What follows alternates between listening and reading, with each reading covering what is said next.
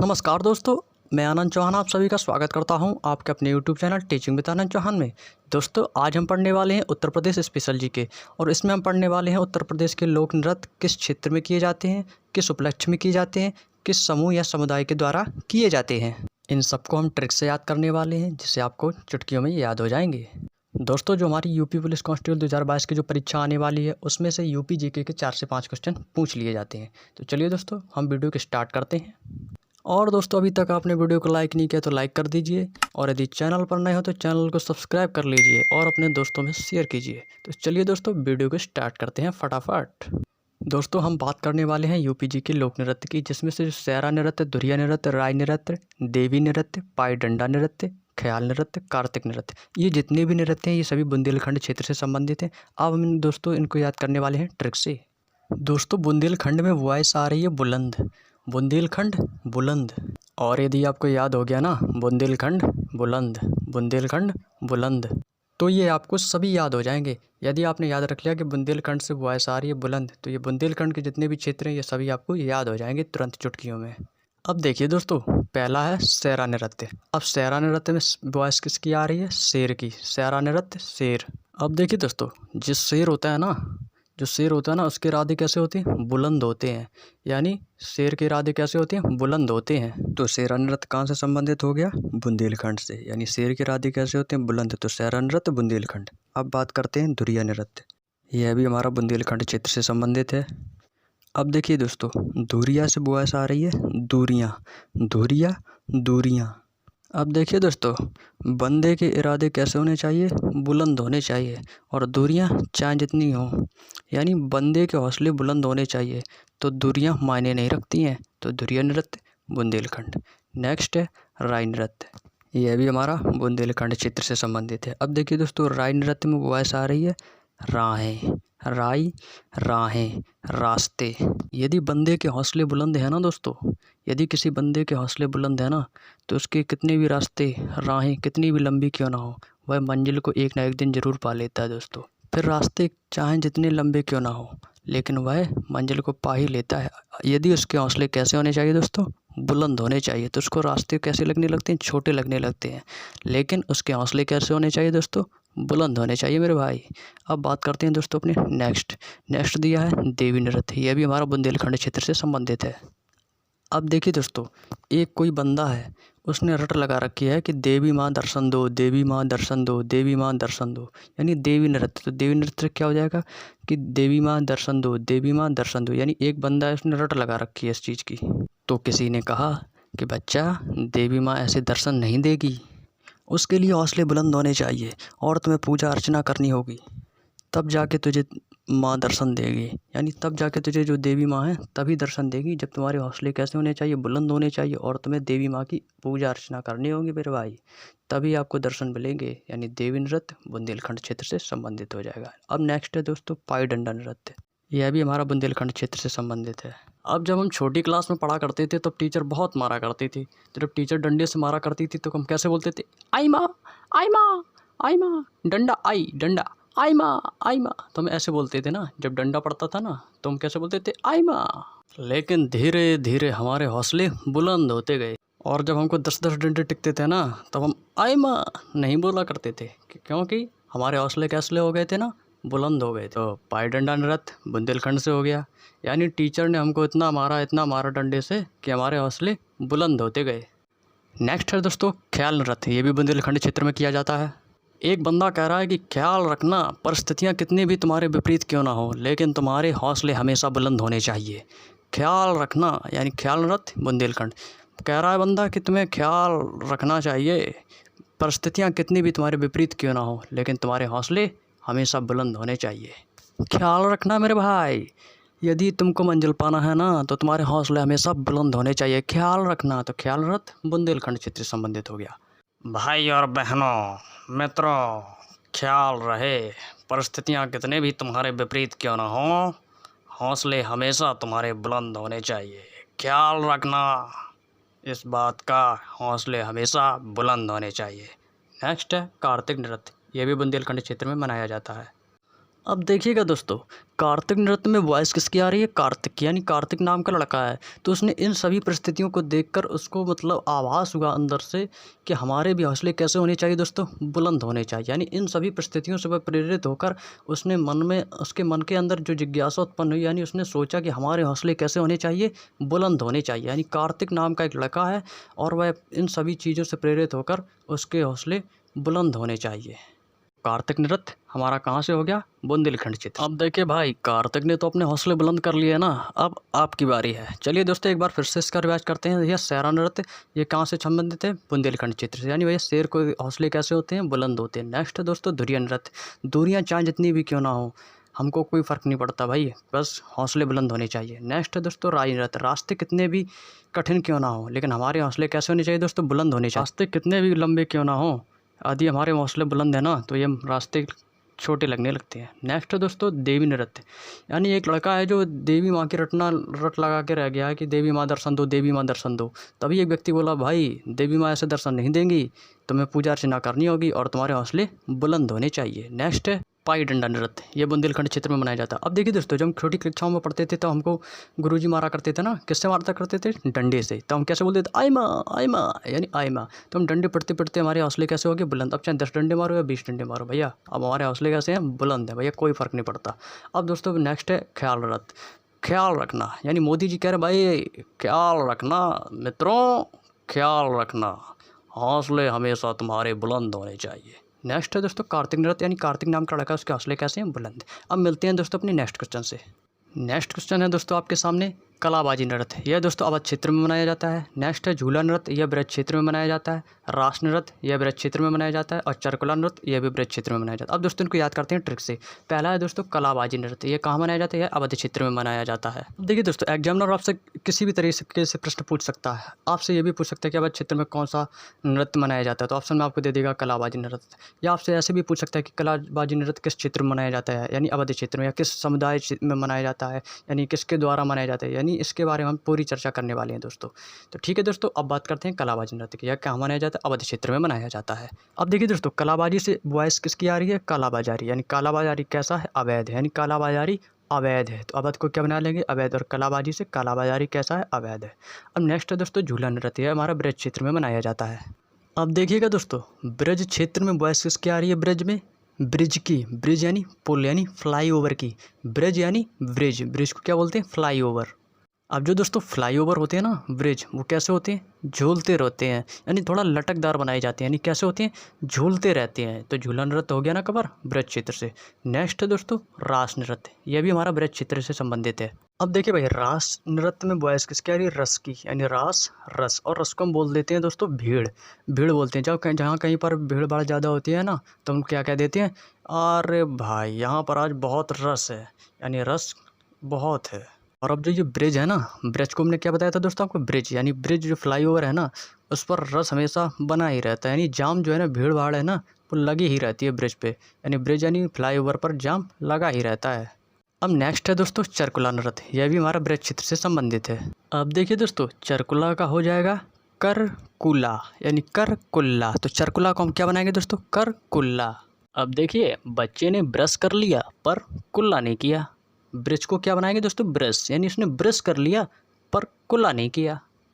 अब माता जी कह रही हैं, अरे बेटा कर कुल्ला, तूने तो ब्रश तो कर लिया, कर कुल्ला, पर तूने कुल्ला तो किया ही नहीं।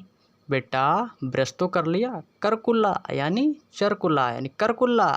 तो क्या हो जाएगा दोस्तों? चरकुला नृत्य ब्रज क्षेत्र से। ब्रज को बना लेंगे ब्रश और चरकुला को करकुला। तो हमारा चरकुला कहाँ से हो गया? ब्रज क्षेत्र से। अब मिलते हैं दोस्तों अपने नेक्स्ट क्वेश्चन से।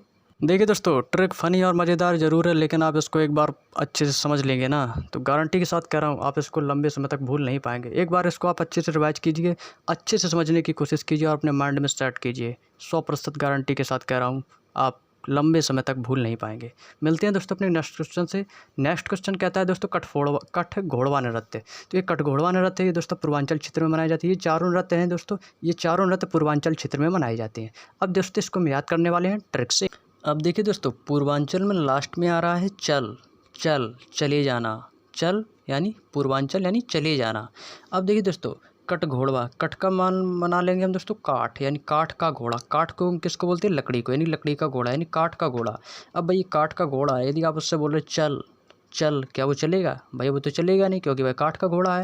यानी काठ घोड़वा है, तो कट घोड़वा से क्या हो जाएगा? काठ का घोड़ा। तो भाई वो चल तो पाएगा नहीं, तो यार कट घोड़वा कहाँ हो गया? हो गया हमारा पूर्वांचल क्षेत्र से। यानी कट घोड़वा नृत्य कहाँ से है? पूर्वांचल। यानी काठ का घोड़ा वो चलता तो है नहीं, तो इसको आप ऐसे याद कर सकते हैं। नेक्स्ट है दोस्तों नटवरी नृत्य, यह हमारा पूर्वांचल क्षेत्र से है। इसको हम देखो दोस्तों याद कैसे रखते हैं? नटवरी नृत्य, यानी नटवरी को हम क्या बना लेंगे दोस्तों? नाटक, यानी नाटक।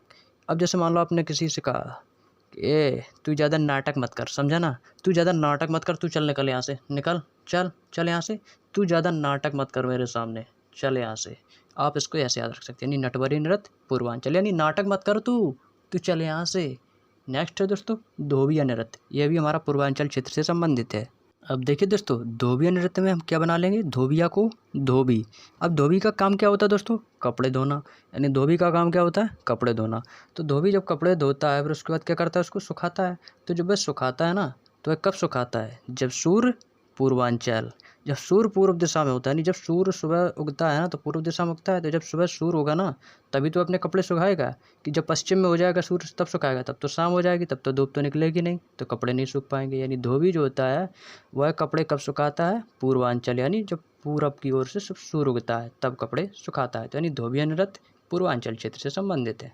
नेक्स्ट है दोस्तों धीवर नृत्य, यह भी हमारा पूर्वांचल क्षेत्र से संबंधित है। देखियो भाई अब बंदा कह रहा है भाई धीवर यानी धीरे धीरे चलो, पूरब की ओर जाना है, तो बंदा कह रहा है भाई धीरे धीरे चलो, धीरे धीरे चलो। पूर्वांचल यानी पूरब की ओर जा रहा है, तो यानी कैसा चलना है दोस्तों? धीरे धीरे चलना है। और धीरे धीरे को हम दोस्तों संस्कृत में क्या बोलते हैं? बताइएगा दोस्तों, धीरे धीरे को हम संस्कृत में क्या बोलते हैं? संस्कृत में बोलते हैं दोस्तों उसको शनैः शनैः, और अंत में दोस्तों विसर्ग लगा देते हैं, यानी शनैः शनैः, धीरे धीरे चलो दोस्तों, पूरब की ओर जाना है। चलिए दोस्तों एक बार फिर इसका हम जल्दी से रिवाइज करते हैं दोस्तों। देखिए दोस्तों कट घोड़वा नृत्य पूर्वांचल क्षेत्र से संबंधित है। देखिए दोस्तों काठ घोड़ा है, कट का घोड़ा यानी काठ यानी लकड़ी का घोड़ा है, और उसको पूरब की ओर चलने के आप कह रहे हो, तो क्या चलेगा? नहीं चलेगा नहीं, क्योंकि घोड़ा कैसा है? काठ का है। नेक्स्ट है दोस्तों नटवरी नृत्य, तू मेरे सामने नाटक मत कर, तू चल यहाँ से। ठीक है दोस्तों। अब नेक्स्ट है धोबिया नृत्य, यह भी हमारा पूर्वांचल क्षेत्र से संबंधित है। अब धोबी होता है जो कपड़े धोता है, वो कब धोता है? जब वो कपड़े धोता है, जब उसको सुखाता है, तो वो कब सुखाता है? जब सूर्य पूरब में होता है, जब धूप निकलती है तभी तो सुखाएगा। नेक्स्ट है दोस्तों धीवर नृत्य, यानी तुमको कैसे चलना है? धीरे धीरे चलना है दोस्तों, पूरब की ओर जाना है और धीरे धीरे चलना है। तो उम्मीद है दोस्तों आपको ये बिल्कुल अच्छे से कवर हो गया होगा। तो चलिए दोस्तों अब बात करते हैं अपने नेक्स्ट क्वेश्चन से। अब बात करते हैं दोस्तों कि कौन सा नृत्य किस जाति समूह या समुदाय के द्वारा किया जाता है। तो बात करते हैं छोलिया नृत्य की। तो छोलिया नृत्य दोस्तों ये हमारा राजपूतों द्वारा हाथ में तलवार लेकर किया जाता है। जो छोलिया नृत्य है राजपूतों द्वारा हाथ में तलवार लेकर किया जाता है, और यह नृत्य दोस्तों विवाह के उपलक्ष्य के समय किया जाता है। तो छोलिया नृत्य कब किया जाता है दोस्तों? विवाह के समय किया जाता है। तो राजपूतों द्वारा यह हाथ में तलवार लेकर किया करते हैं।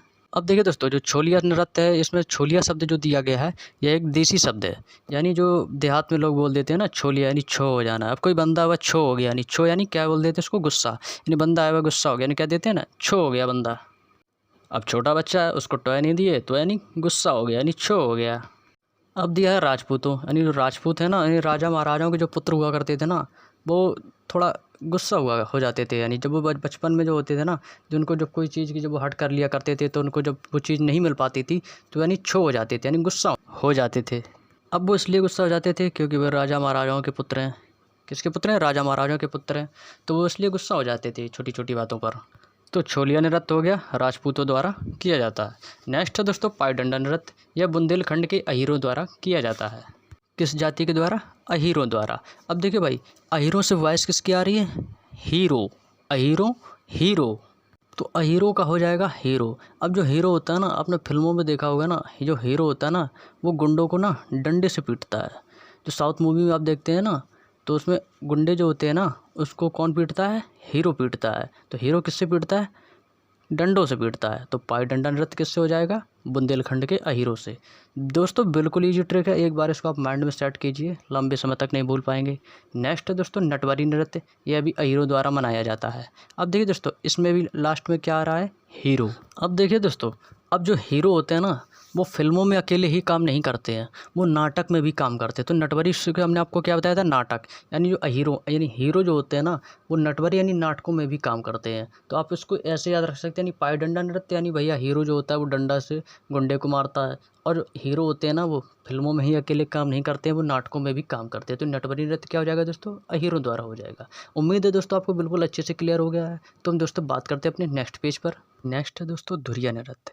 यह कुम्हार जाति द्वारा मनाया जाता है। अब जो धुरिया नृत्य है ना दोस्तों, इस नृत्य में जो पुरुष लोग होते हैं ना, वो स्त्रियों का भेष रख कर नृत्य करते हैं। जो पुरुष जाति के लोग होते हैं ना, वो स्त्रियों का भेष रख कर नृत्य करते हैं धुरिया नृत्य में, और यह कुम्हार जाति के द्वारा मनाया जाता है। और ये नृत्य दोस्तों बुंदेलखंड क्षेत्र का आपको बताया था ना, धुरिया यानी दूरियां चाहे जितनी भी हो ना, हौसले बस बुलंद होनी चाहिए। तो धुरिया किससे संबंधित है, बुंदेलखंड क्षेत्र से, और कुमार जाति के द्वारा मनाया जाता है। दोस्तों धोबिया नृत्य, यह धोबी समुदाय द्वारा मनाया जाता है। दोस्तों मैंने आपको क्या बताया था कि धोबिया जो नृत्य है ना, यह किस क्षेत्र से संबंधित है, धोबिया यानी जब धोबी कपड़े धोता है तो वह कहाँ सुखाता है, पूर्व यानी पूर्वांचल में। तो यह पूर्वांचल क्षेत्र से संबंधित है और यह धोबी समुदाय द्वारा मनाया जाता है। इस नृत्य में दोस्तों धोबी और गधे के बीच का संबंध बताया जाता है। इस नृत्य में धोबी और गधे के बीच का संबंध को दर्शाया जाता है। तो धोबिया नृत्य क्या हो गया दोस्तों, धोबी समुदाय से, बिल्कुल ईजी है दोस्तों। धोबिया में यानी सेम हुआ सारी, धोबिया से धोबी।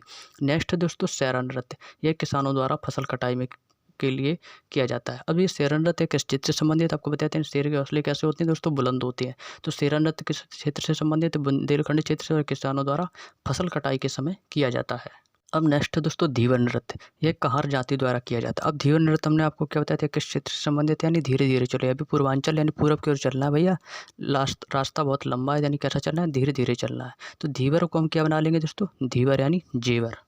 अब दोस्तों जेवर किसको बोलते हैं, सोना चांदी आभूषण, इसी को हम तो जेवर बोलते हैं। तो धीवर को बना लेंगे जेवर। अब आगे दिया दोस्तों कहार। कहार का क्या हो जाएगा, हार, यानी जो हार है ना, वो कैसा बोलते हैं उसको, हार को हम क्या बोलते हैं दोस्तों, जेवर। हार को जेवर ही तो बोलेंगे ना, जेवर है आभूषण है। तो ये किससे संबंधित हो जाएगा, धीवर, यानी जो धीवर है ना, यानी जेवर, यानी किसको बोलते हैं, हार को हम जेवर भी बोलते हैं। तो धीवर कहाँ से हो जाएगा दोस्तों, कहार जाति के द्वारा हो जाएगा। उम्मीद है दोस्तों आपको बिल्कुल अच्छे से क्लियर हो गया होगा। बिल्कुल ईजी ट्रिक बनाइए दोस्तों, जिससे कि आपको आसानी से याद हो जाए। और दोस्तों यदि आपको ये याद भी नहीं होती है ना, तो आप इसको एक दो बार वीडियो को फिर से देखेंगे ना, तो गारंटी से कह रहा हूँ बिल्कुल आप रट जाएंगे, आपको कभी नहीं भूल पाओगे। तो दोस्तों चलते हैं नेक्स्ट क्वेश्चन पर।